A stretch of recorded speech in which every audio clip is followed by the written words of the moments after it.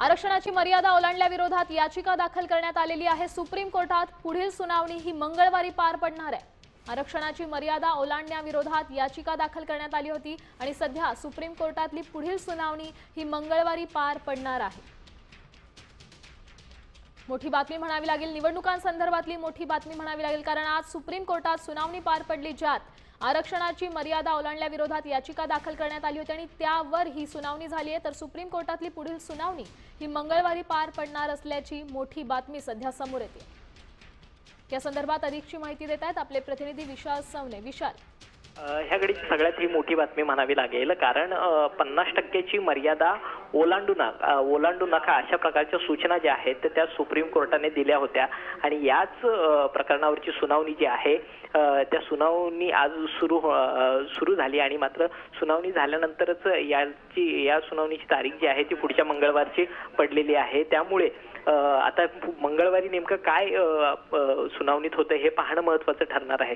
दरम्यान सुप्रीम कोर्टाने संपूर्ण स्थानिक स्वराज्य संस्थेच्या ज्या निवडणुका आहेत त्या 31 जानेवारीपर्यंत घेण्याची जे सूचना आहेत त्या देण्यात आल्या होत्या आणि त्या दृष्टीनं राज्य निवडणूक आयोगाने देखील या ठिकाणी पावलं उचलण्यास सुरुवात जी आहे ती केलेली आहे। मात्र दरम्यान निवडणुकीची प्रक्रिया सुरू असतानाच 50% आरक्षणाची जी मर्यादा आहे ती ओलांडू नये अशा प्रकारच्या सूचना देखील देण्यात आलेल्या आहेत। त्यामुळे आता नेमकं मंगळवारच्या सुनावणीमध्ये काय होणार आहे, जर 50% मर्यादा जर ओलांडली गेली तर नेमके निवडणुकीवरती काय परिणाम होणार आहेत हे देखील पाहणं तेवढं महत्त्वाचं ठरणार आहे। नक्कीच विशाल, त्यामुळे मंगळवारी होणाऱ्या सुनावणीत निवडणुकांचं भवितव्य ठरणार असं म्हणावं लागेल। धन्यवाद विशाल दिलेल्या या सविस्तर अपडेटसाठी। स्थानिक स्वराज्य संस्था निवडणुकांमध्ये आरक्षण मर्यादा ओलांडली जात असल्याच्या याचिकेवर आज सुप्रीम कोर्टात सुनावणी पार पडली आणि पुढची सुनावणी ही मंगळवारी होणार आहे।